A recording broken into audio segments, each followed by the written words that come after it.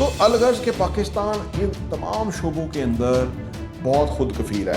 पाकिस्तान में जो real estate का जो फ्यूचर है वो बहुत ही ज़बरदस्त लगता है। लेकिन आपके लिए उम्मीद की किरण ये है कि अगर आप रियल एस्टेट में इन्वेस्ट कर देंगे, अगर आप अपने पैसे को सही जगह चैनलाइज कर देंगे तो आपका नफ़ा जो है वो गारंटेड है। बात यह है कि पाकिस्तानियों के पास खुद बहुत पैसा है।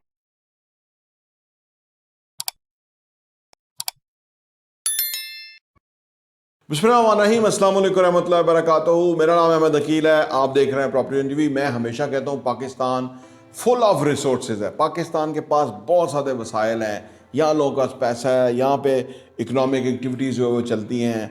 ओवरसीज़ पाकिस्तानियों के पास पैसा है। ओवरसीज़ पाकिस्तानियों के पास पैसा है, ये तो लोग बड़ा समझते हैं और ये वहाँ से पैसा आता है।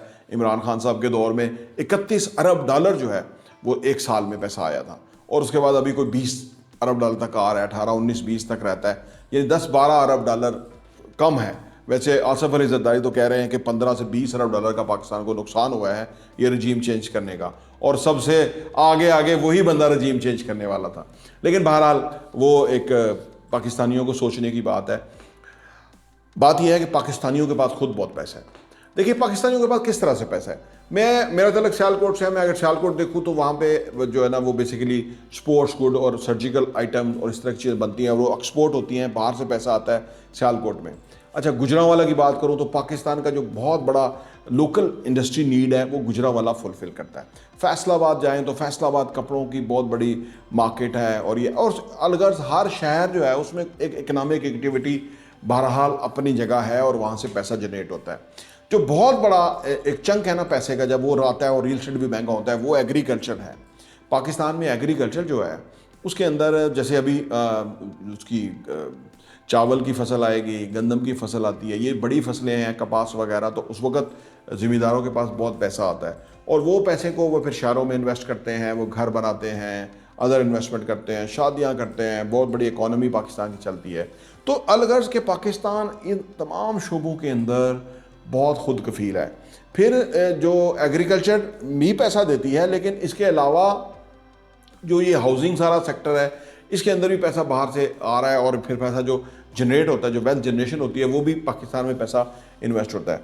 तो पाकिस्तान हर हवाले से जो है वो बहुत ही फ़ायदेमंद आप समझ लीजिए कि होना चाहिए मुल्क को, लोगों के लिए भी, और लोगों के लिए रोज़गार के मौके और खुलने चाहिए। और इतनी बड़ी जो हमारी आबादी है, क्योंकि मैंने अर्ज़ किया ना कि हर शोबे में ऑलरेडी, ये ऐसा मुल्क नहीं है कि कल मुल्क शुरू हुआ है और अब जो है ना उसको कैसे चलना है। ये मुल्क चल रहा है 75 सालों से, जैसे भी चल रहा है, लेकिन चल रहा है। लोग पैसा कमा रहे हैं, रोज़गार के उनके मौके, आल्दो के नए मौके नहीं क्रिएट किए गए। IT, science and technology, robotics के अंदर जो भी हुकूमतें थी वो बहुत बड़ा काम नहीं कर पाई। दुनिया इसमें बहुत काम कर रही है, लेकिन ह्यूमन रिसोर्स के मौके तो अपनी जगह पैदा करने की ज़रूरत है। लेकिन जो रियल एस्टेट महंगा होता है ना, वो पाकिस्तान के अंदर भी पैसा है लोगों के पास जो कि वो इन्वेस्ट करते हैं, और बाहर से भी पैसा जो कि लोग इन्वेस्ट करते हैं। तो इस हवाले से पाकिस्तान में जो रियल एस्टेट का जो फ्यूचर है वो बहुत ही ज़बरदस्त लगता है, क्योंकि पैसे की कमी नहीं है। एक है ना, मतलब लोग कहते हैं ना कि जी हाँ, हुकूमतों के पास पैसा नहीं होता, जो होता है वो अल्लाह तआला में उड़ा देते हैं, या कोई रजीम चेंज करके पाकिस्तान को नुकसान पहुंचा देता है। लोगों के पास पैसा है। इसी वजह से तो आप देखें ना कि पाकिस्तान में कितने टैक्सेस लगे हैं और कितने लोग जो है वो डिस्टर्ब भी हुए, लेकिन इसके बावजूद भी लोगों ने प्रॉफिट कमा रहे हैं, बिजनेस चल रहे हैं, कारोबार हो रहे हैं। तो पाकिस्तान में एग्रीकल्चर के अंदर भी बहुत पैसा है।